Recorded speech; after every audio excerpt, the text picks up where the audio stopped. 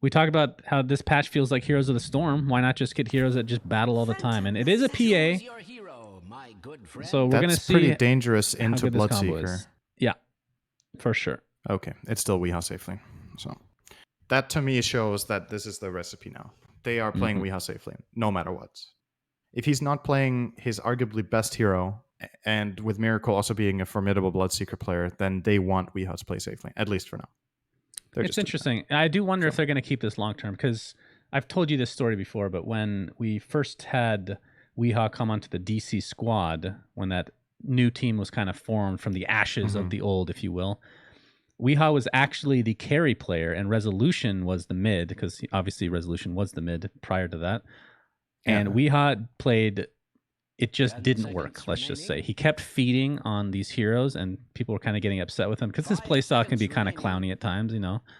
So then they made the switch and Resolution played the carry, and now that's basically what he plays all the time, right? So it's interesting how it's coming back to, it's kind of recycled again. Yep. Hopefully it Life works is out a for him. wheel with many edges. Wow, that's profoundly awful. Thank you. So whose lineup do you like more overall? Can Magnus lose twice in a row? That's probably the better question for you. I'm kind of liking Nigma's chances here, just based on previous games, right? If I look at the lineups and disregard who's playing at all, I like Viking's draft more, I think. It's really down to Bloodseeker to make this dire lineup work. I think the pick was great. I think the plan is really good, but it seems harder to execute probably than Viking's lineup. I'm still going to pick Nigma to win though, because they've been owning. Yeah, they've looked very, very good. I don't know if I believe in PA, honestly. The Empower is essentially, I want to say it's about half the effect on ally heroes now, what it used to be, or close to that at least.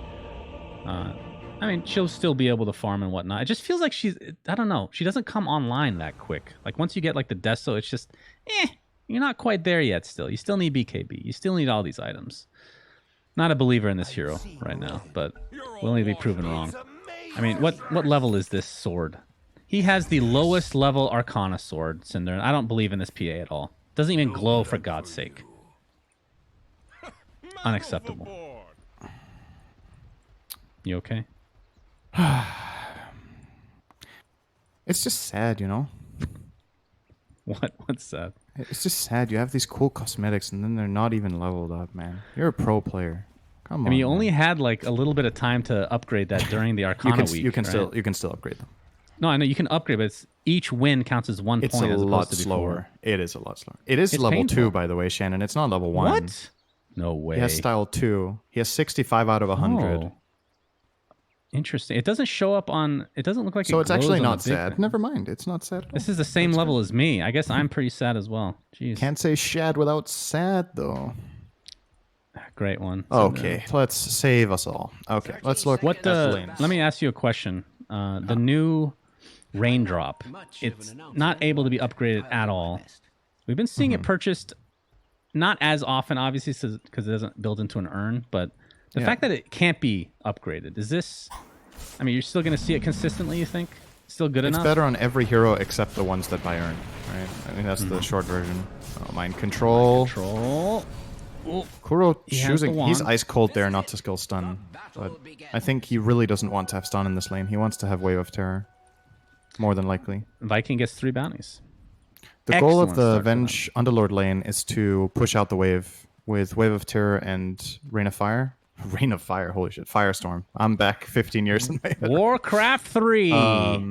You cast these 2 spells, you push out the wave, get the experience, and then you can back off. If you're facing a tri-lane, you need to find the experience somehow.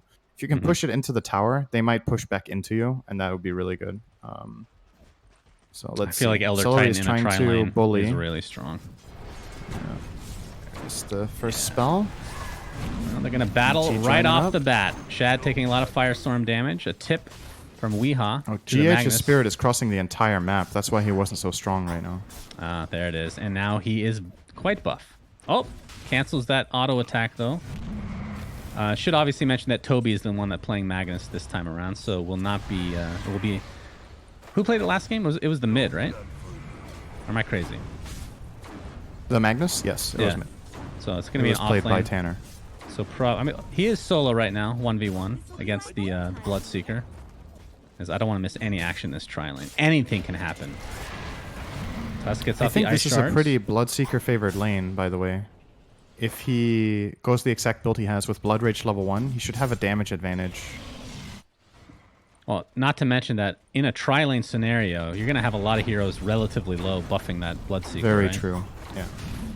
Celery taking some more briefcase damage right now. I think, again, Nigma are good at making these lane adjustments, similar to the Enigma versus Venomancer lane they had last game. They just identify, if this matchup is 1v1, we're happy, and we're going to play off it in both lanes. I see Weeha possibly doubling up Magnus here while they can win the bottom tri-lane. Look at how low these bottom heroes are. How much damage does Weeha have? Oh, yeah, only attack speed, but it's a good amount. Oh, that's true. I forgot about that.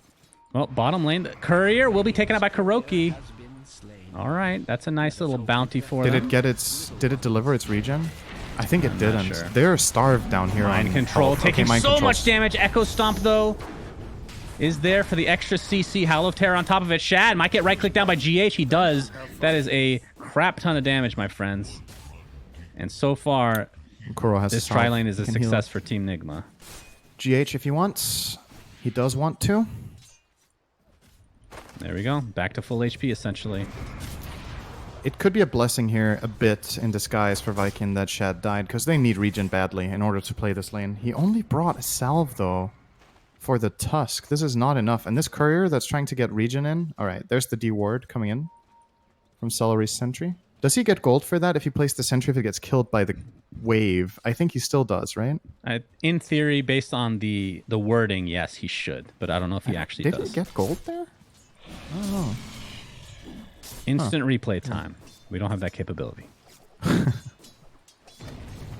Weeha should have a pretty damn good time. Do you remember when we did our... yes. DAC.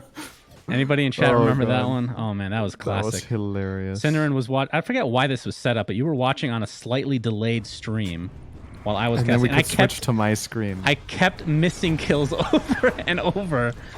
So we would just look at the instant replay on your monitor. That was so good. It was actually a very scuffed replay, but it worked. Good old times. Bloodseeker, man, Weeha is doing quite well right now. 13-9. Actually, it's relatively even so far, but I think he should gain the advantage the more levels he gets. Yeah, more denies for sure. We didn't talk about the mid lane, which we'll talk about briefly before we go back to the tri-lane. Kunkka versus TA. Obviously, Tidebringer not doing a whole lot against TA, but if he's able to hit Torrent, that's a lot of instances of damage being able to take off Refraction. But I would assume TA favored still by a decent amount. I think it's pretty even. Okay. And both heroes go jungle anyway. They push out the wave and then they go hit jungle camps. And they will both do that. You see Tanner right now already pushing into Miracle's tower. He starts to farm this big camp. And now Miracle's going to push into his tower. He's going to go back to the wave. And then come back for the Centaur later. And this back and forth will just keep happening for the first 10 minutes. Mm-hmm. And you can say the same for the off lane, right? Both Magnus and Bloodseeker can go jungle for a bit as well. Yep, they can. Very nice. Currently, Toby is going meta. into the other guy's jungle. Oh, that Courier needs to be careful. And it is. It is careful. I'm sticking to this tri-lane, by the way. I'm terrified. Oh! Ice Shards onto two heroes. GH gets the Echo Stomp off. He's just going to turn around and start beating the crap out of heroes, as Shad will be the first to fall. Elder Titan shortly after Aramis. Barely able to live, but he's providing a lot of attack speed for Bloodseeker now in the opposing lane. And Kuro will get the bounty rune. I think Mind Control will get the other bounty rune. So 3 for 1 here for Nigma in terms of runes, as Toby gets 1 top in the river. Yeah, Nigma's game plan definitely once again coming along very nicely, just by virtue of setting the better lanes. And also these tri versus tri lane situations, they seem very comfortable with trading and playing around Elder Titan strength. Elder Titan is, in many ways, the single best tri-laner in the game when he hits level 3. It's just incredible how much damage you get out of the Astrals for it. So, yep, Elder Titan quite strong. A little bit surprised we didn't see it last game like we talked about. Aramis, he puts down a ward, but I'm pretty sure Miracle saw that. And he's probably pinging out the sentries now. Bottom lane, Mind Control continuing to spam the Firestorm. This is another great tri-lane hero in theory if you're able to get some levels. Can continually push the enemy under their tower as long as he can keep that mana capacity up. Yeah, I really like their lineup this game. I'm a big fan of these big fat beefy heroes, as you know.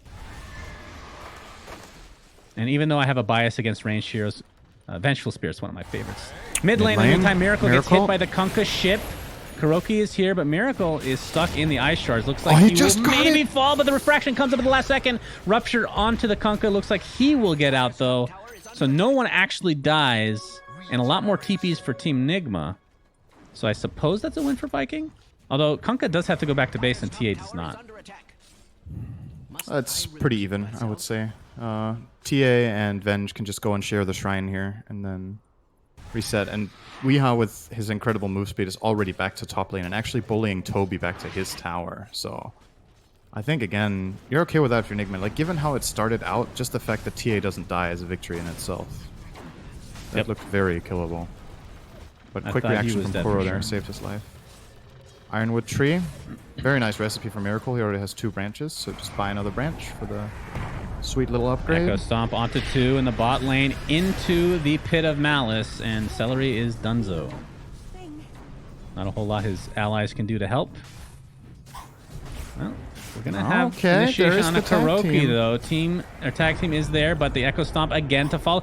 Buyback by Crystal Maiden. Very interesting. The Courier better be careful. Get that Beetle. They're going to focus on Kuroki instead, and he will fall. But Shad is stuck inside the Pit of Malice, but it looks like he might be okay, but GH is going to continue the pressure, and the right click is more than enough to follow up.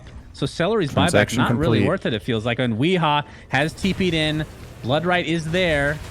Tusk is going to snowball in. Of course, Rupture is available, but they're next to their tower, so probably not running away. Out.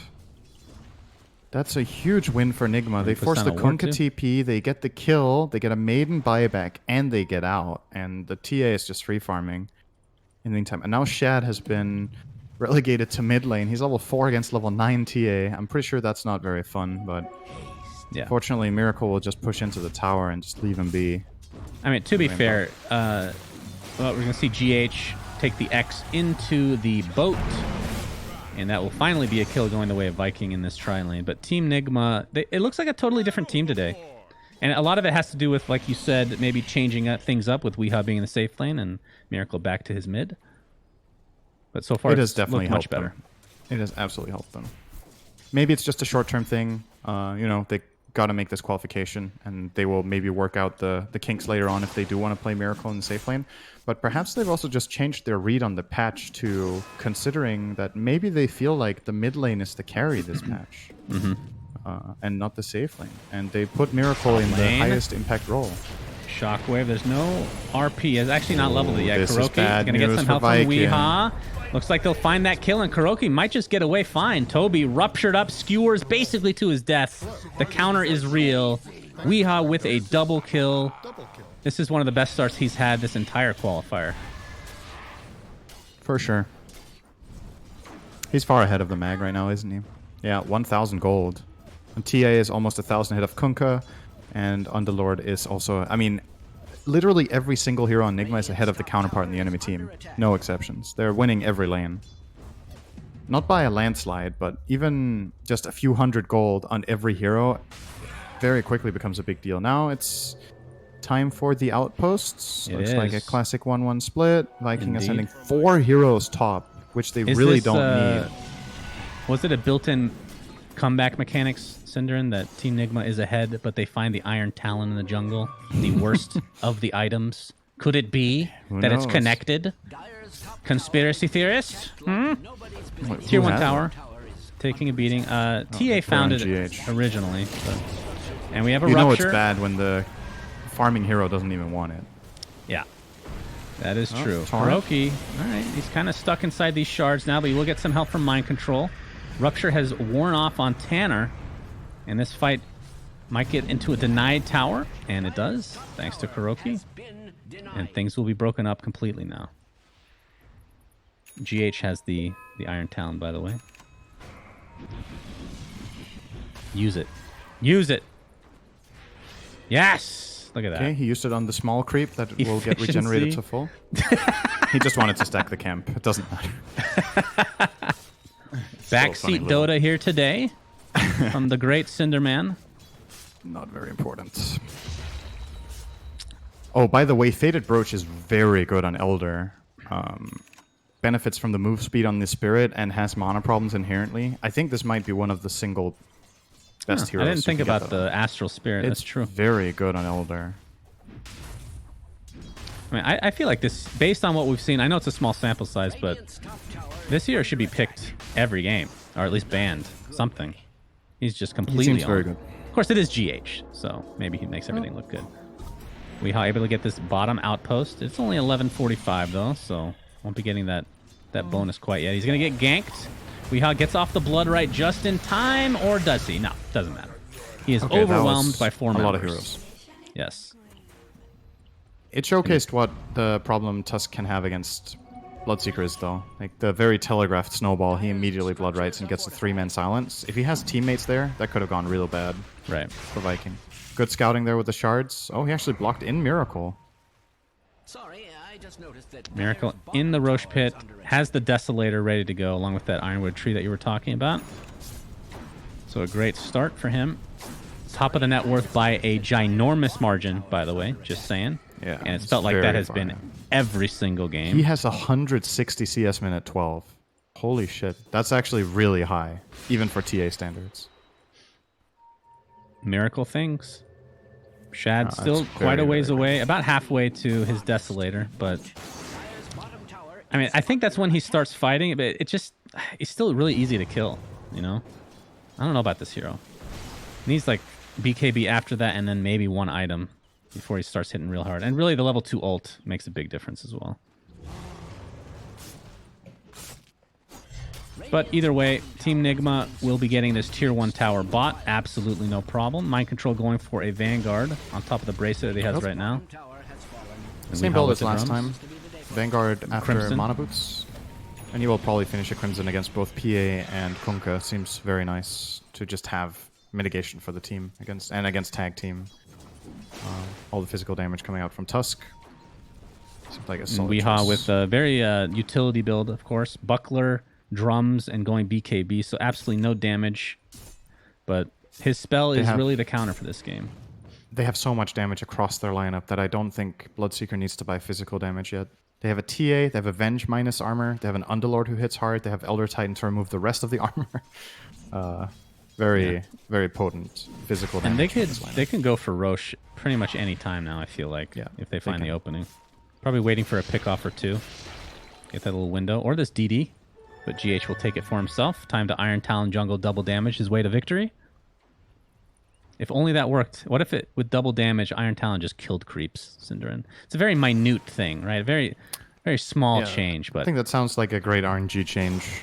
I like it. There's not enough RNG in this game. That's what I've been told. Now, GH meandering his way into the enemy jungle, which seems to be in control of his team as of now. Both teams kind of passive. Toby going for a Vlad's, so not prioritizing, at least not yet, the Aghanim Scepter. I mean, on the off-lane Magnus, how fast do you think you should go for something like that?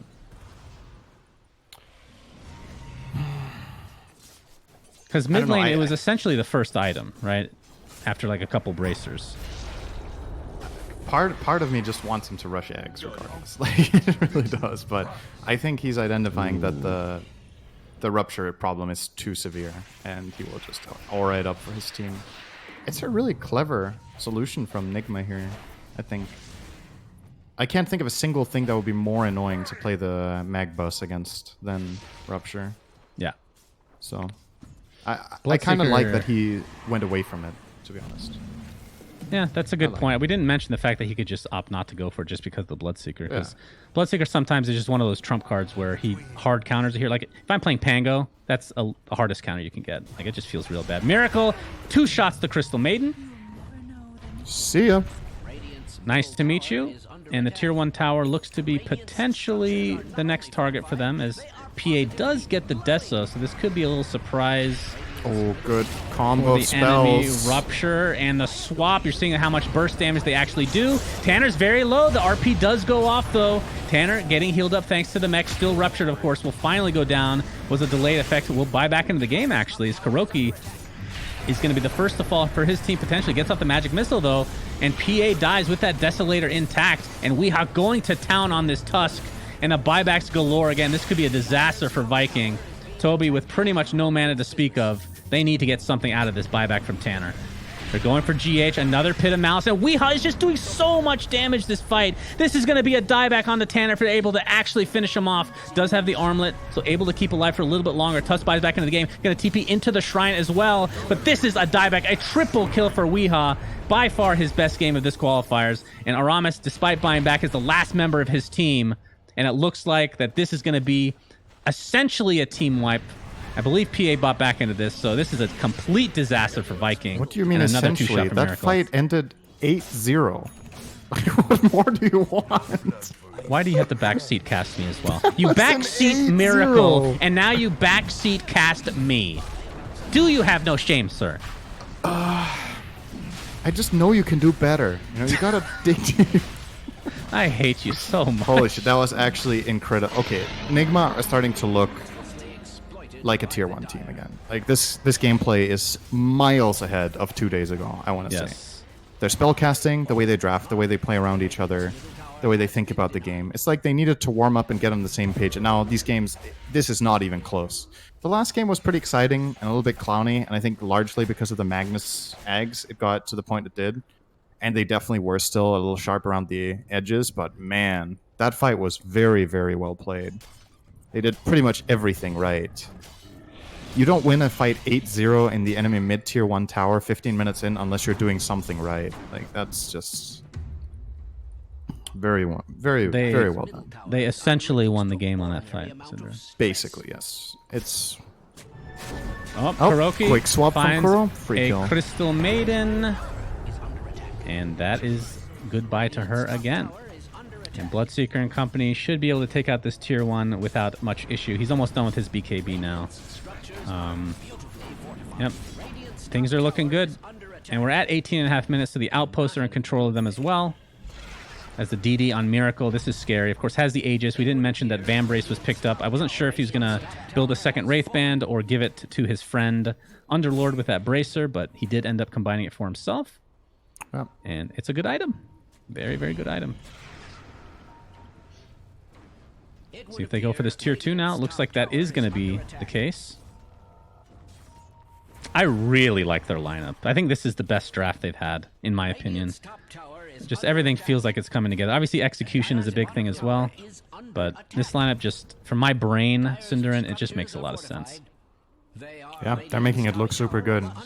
You asked I mean, me the before Magnus the game is not whose what they lineup wanted I it to liked be. better, and I just said, like, disregarding what the teams are, I think the Radiant lineup is really good unless they very much make this Bloodseeker work, and they just did, mainly based on the laning stage. Like, the way they put their lanes just put them in such a good position by getting that 1v1 matchup and pressuring the PA in lane, so she couldn't have a game. Like, the PA has basically not even played the game yet. And now it's almost over. It's kind of sad when you think about it. Like, you join the game, you're playing one of your favorite heroes, you have Mag and Power, you're super excited, and when you're online, you've almost lost. Yeah. That's rough. We did talk about that early game. I mean, PA's, I don't know. I feel pretty mad about her overall. Crimson Guard now on the Underlord. Weehaw has that 10-second BKB ready to go. They might try to jump him here, actually. Tanner. Yeah, Weehaw's just going to BKB. And, of course, both outposts for the Dire, and they're going to be getting everything out of this now. As the Halberd finally picked up from Kunkka. I mean, he has a decent amount of farm for his team. It's not the worst, but just haven't felt the impact just because Team Nigma is owning on every level, it feels like.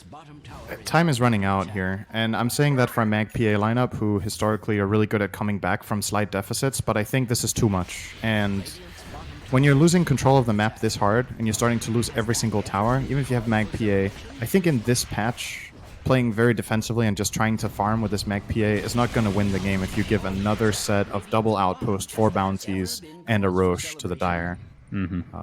Let's see if we even get to that point. The Aegis still has a minute and a half left, so if Miracle wants to try his luck, he could. go and do something here. Radiant's middle tower is under attack. But for now, they're just taking every tower. And Blood Rage TA hits real hard. Oh, yeah. It's good stuff. But the good news is Tusk got his 90 gold a minute talent, Cinderin. Doesn't even bother for the XP gain. I mean, they need to get kills for that to actually matter. And they're just really struggling on all accounts now. Oh, we're going to see a TP in from Tanner. Going for the Kuroki kill. And GH is like, I'm just going to farm these creeps. You're fine, right, buddy? Yep, you're fine. And the swap out. And Kuroki is good. Doesn't even need any assistance. That was a potential... That was like a 2-3-man gank on the position 5. And you barely touched her. You touched her, and then you lost control of the area again and lost the ward that you walked up there to place aggressively. So you accomplished nothing, and you lost a ward, and it only gets worse like that. They are just completely contained. When you're this far behind, you need to take some crazy risks, and I think a lot of it can come down to the outposts, right? Like maybe the 20, if they can make it this far, but the 25-minute mark, maybe you go for one of these outposts and go all out, because it can be snowbally for the enemy team if they're able to control it consistently. Like that is... These objectives really do matter. Mind control. Very, very tanky. That might not be the target you want to go for. If you had trouble with Vengeful Spirit, I don't think Underlord's going to really care. By the way, we didn't even mention MKB finish on TA and still has 3k on top. Miracle is mega farmed. And Weeha's finally going some damage now, so Mjolnir next on the list. Yeah. I don't actually know if that's the best item here, but I think there's a lot of different stuff. Think about, oh, they're all showing on a ward. This is very, very bad positioning right now for Viking. Yep, there's the Underlord ulti. They definitely want to fight here. That's a dead maiden. Here they come. Yeah, Miracle gets a nice little one-shot there. And they're going to have to fall back to base. Now, PA, I believe, has BKB at base. I believe the Mithril Hammer should be there. Yeah, okay. So this is probably what they've been waiting for. Not sure if it's going to matter at this point, but it is a very big item. This is when PAs would like to start fighting. The issue is you're down 16k. And you can get ruptured, because they don't need to reserve the rupture for a Magnus with Ags. So Weeha can specifically target the PA and just ruin her fights. Yep. Let's see if there's going to be an attempt on the TA. They're just letting Miracle take the full tower. Nobody was even trying to go in here. It's easier said than done, right? But yeah, it is. You got to pick your fight, right? It's not getting easier. Now you just lost a tower and a shrine for nothing. So I think with every passing minute, it's 1 minute later than you should have tried. And there we go. They're going now. And they might run into... Oh, it might be Kuroki, might be Mind Control. They're going to de-ward a little bit. Yeah, this is pretty much has to be the fight. TA getting initiated on. Nice boat onto 2, actually.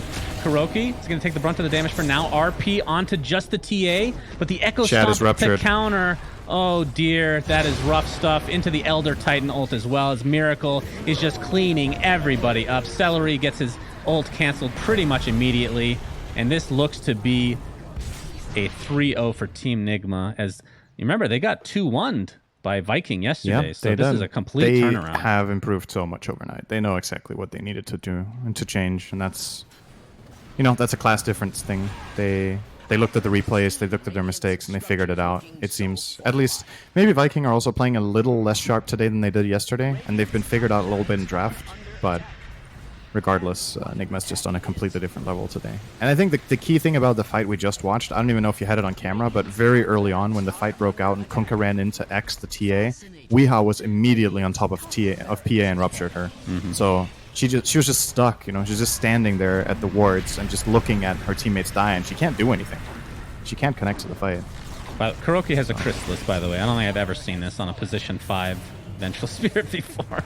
Pretty cool, knowing that they're super far ahead. Echo Stomp onto 2. Torn onto 3 heroes. Shad comes in with a BKB, but they just have no damage to follow this up with. And TA and company should be able to clean this up quite nicely. Toby getting help with that boat. But that is 2 dead in the blink of an eye, and the GGs come out. Congratulations to Team Nigma, as they will qualify for the minor in Bukovel, Ukraine. Good series. This one was the biggest stomp, but I enjoyed a lot of these games.